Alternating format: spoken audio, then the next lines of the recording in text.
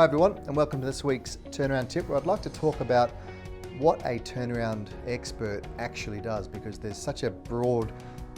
range of definitions out there, and really to help with the take-up of turnaround, the awareness of turnaround, to ensure more businesses survive and more jobs are saved. It's important that there is a singular definition, if you like, out there of what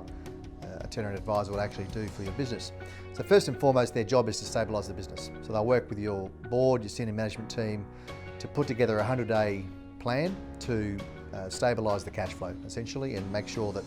all the stakeholders are supportive whilst you're working out what are those 1 to 2 big changes in strategy that you're going to be adopting to fix the problem. First and foremost, a business stabilisation plan, which incorporates rolling 30-week cash flows, 100-day work plan, etc., to stabilise the business. Whilst they're doing that, and whilst most turnaround books will talk about doing that first and then undertaking a review second, really you should be doing the stabilisation bit in parallel with a strategic review to work out what are the key issues, what are the strategic options available, what does that initial turnaround plan look like, and that then cascades into that 100-day plan, as I mentioned. And whilst you're doing that nowadays, you're also doing a safe harbour review at the beginning. So 95% of all of our engagements now start with a safe harbour review, which is logical given it's a turnaround tool. So once you've stabilised, you've got a strategic plan, you've mapped out what are those critical issues in the blueprint, and you've got safe harbour protection now underway. You then develop that turnaround plan, sell that to all the key stakeholders, if you like, to make sure they're all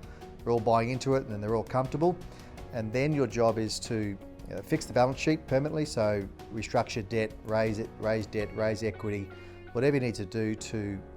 alleviate the gearing issues on the balance sheet, whilst you're then repairing the profit and loss. So whether it's a sales issue, overhead reduction issue, a cost of production issue, that's when you really get into the meat of the turnaround.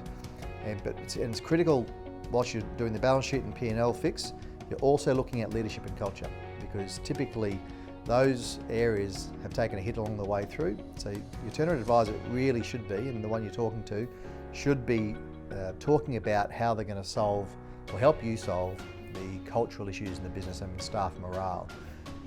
And whilst you're doing all that, you're also obviously really improving the internal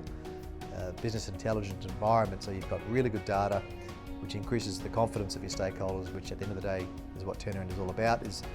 that overarching plan and process you're going through. Is it going to improve the confidence of your stakeholders, both incumbent, but also any stakeholders that you're bringing into the business, any new shareholders, any new financiers, etc., particularly if you're asking them to take some additional risk to help you complete the turnaround.